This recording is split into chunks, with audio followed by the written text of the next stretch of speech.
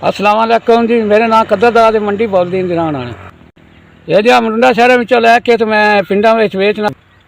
ये जी बच्चे मेरे निक्के ने मरुंडा वेच के मैं टाइम पास करना। बच्चे मेरे निक्के ने मंडी विचों मरुंडा लेना जाके पिंडा में वेचना। ये महंगाई है मरुंडा लैके मंडी विचों वेचना। तो 4 बच्चे ने उन्होंने वास्ते 400 बन जाता है, कभी 500 बन जाता है।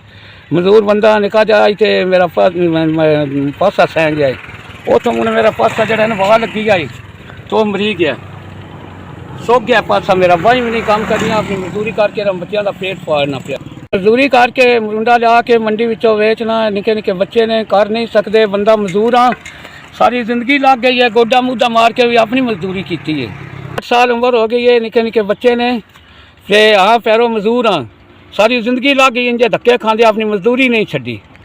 जी अज मैं 15 पैकेट लेने, कोई ये 250-300 बच जाना जी। मैं मरुंडे मेहनत करना, मैं लेना 18, कभी 15। मेरी इतनी ताकत नहीं जी। मरुंडे लेना 18 या 15 मरुंडे के पैकेट, इतनी मेरे को मसैल नहीं। गरीब आदमी मार के बच्चों का टाइम पास करना।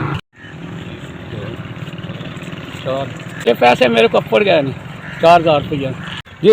थोड़ी बड़ी बड़ी मेहरबानी है जी। अल्लाह ताला वस दे रहे, सुख देवे, बच्चों की आप जिंदगी करे। मेरी तुसा 4000 की मदद की है जी। बड़ी बड़ी थोड़ी मेहरबानी है जी। इस 4000 ने तुसा मैंने मदद की है। कोई ना मैं सब्जी भी पा रहा था, अपने बच्चों का पेट भी पा रहा था, मरुंडा भी पा रहा था। बंदा मजदूर हाँ, बंदा उंज बेपराना भी अपनी मजदूरी नहीं छड़ता, डेग डोग करके अपने लगा फिरना जी। थोड़ी बड़ी मेहरबानी है। जितनी मैं दुआवां देवां उतनी थोड़ियां नहीं।